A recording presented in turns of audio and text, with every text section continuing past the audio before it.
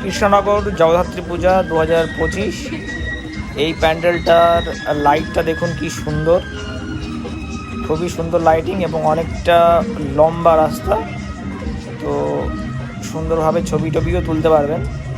এটা হচ্ছে কালেক্টরির আগে, মানে চার্চ এবং কালেক্টরির মাঝখানে দেখবেন একটা বা সাইডের রাস্তা আছে যেতে, তো ওই রাস্তা দিয়ে ঢুকে গেলেই এটা।